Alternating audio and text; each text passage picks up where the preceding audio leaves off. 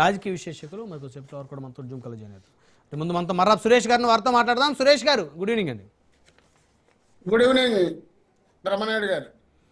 So మొత్తానికి assembly సమావేశాలకు సంబంధించి మీ అధినేత AP deputy CM Pawan Kalyan garu జ్వరం కారణంగా వారు అసెంబ్లీ సమావేశాలకు హాజరు కాలేదని తెలిసింది.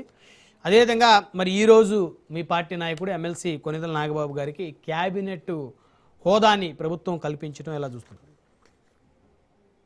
సార్, బ్రహ్మనాయుడు గారు, మీకు అలాగే ప్యానెల్ సభ్యులకి, రాజ్ న్యూస్ వీక్షకులకి అందరికీ కూడా నా నమస్కారాలు.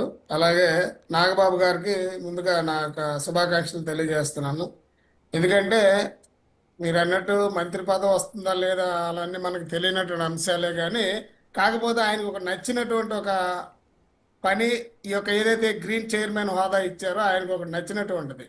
ఎందుకంటే గతంలో ఈ వన రామయ్య అని చెప్పేసి మొక్కలు నాటడంలో మన ఖమ్మం జిల్లాకు చెందిన ఒక వ్యక్తి వరల్డ్ రికార్డ్ సాధించారు ఆయన, రామయ్య గారని.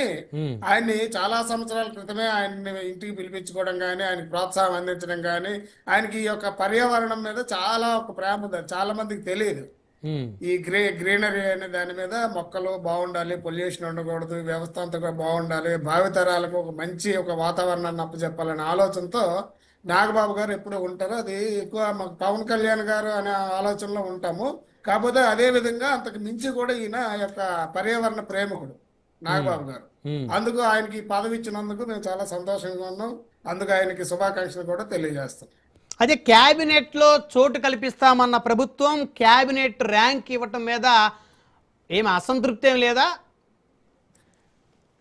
సార్, అంటే నాకు తెలిసిన నాగబాబు గారు ఏంటంటే ఏది ఉన్నది ఉన్నట్టుగా ముక్కుసూటిగా మాట్లాడే ఒక వ్యక్తిగా, ఆయనకి ఏ పని అప్పచెప్పినా కూడా ఆయన నీతి నిజాయితీతో నిబద్ధతగా పనిచేసేటువంటి ఒక వ్యక్తి.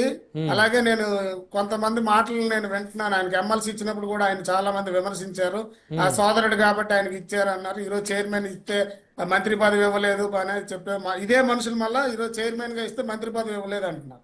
మంత్రి పదవి ఇస్తే వాళ్ళ తమ్ముడు కాబట్టి మంత్రి పదవి, వాళ్ళ అన్నయ్య కాబట్టి మంత్రి పదవి ఇచ్చారని అంటారు. అంటే మాట్లాడే వాళ్ళకి నాలుగు నరం లేని నాలుగు ఏదైనా మాట్లాడుతుంది. బట్ ఇది ఏంటంటే ఒక ప్రభుత్వం నడిపేటప్పుడు, కూటమిలో ఉండేటప్పుడు ఆ కూటమి నాయకులు కానీ, పవన్ కళ్యాణ్ కానీ, చంద్రబాబు నాయుడు గారు కానీ, వీళ్ళందరూ కూడా ఒక ఆలోచన చేసి ఇదన్నీ చేస్తారని నేను అనుకుంటున్నాను. వాళ్ళకి అసంపతి ఉంటుందని మాత్రం నేను ఎట్టి పరిస్థితుల్లో భావించడం లేదు. బ్రహ్మనాయుడు గారు, తోట త్రిమూర్తులు గారు చాలా ఫీల్ అవుతా ఉన్నారు నాగబాబు గారికి మంత్రి పదవి ఇవ్వలేదని, మీ పార్టీ నాయకుడికి మంత్రి పదవి ఇవ్వలేదని. ఒక వైసీపీ నాయకుడు బాధపడటాన్ని ఎలా చూస్తారు?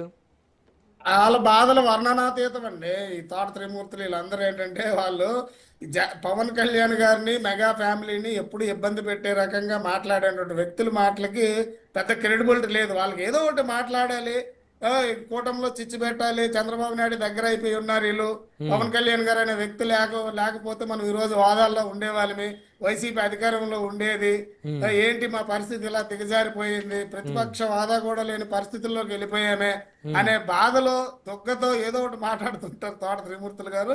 ఆయన మాట్లాడలేను గతం నుంచి ఎప్పుడు కూడా అంతేనండి. అది సార్ పరిస్థితి. సో మొత్తానికైతే నాగబాబు గారికి క్యాబినెట్ ర్యాంకు కల్పించటం మీద జనసేనలో ఒక జోష్ వచ్చిందంటారు. అంటే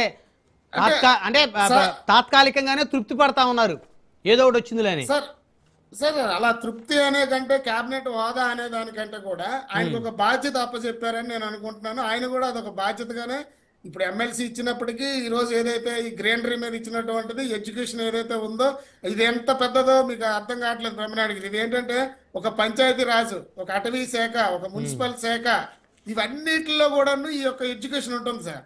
అటవీ శాఖలో అటవీని యాక్చువల్గా ఏంటంటే 2047 సంవత్సరానికి 50% అటవీ ప్రాంతాన్ని పెంచే దిశగా ఒక సెంట్రల్ గవర్నమెంట్ ఒక ఇది పెట్టింది. దాని దిశగా చేసే ఒక మంచి వర్క్ చేసుకునే అవకాశం అందులో ఉంది.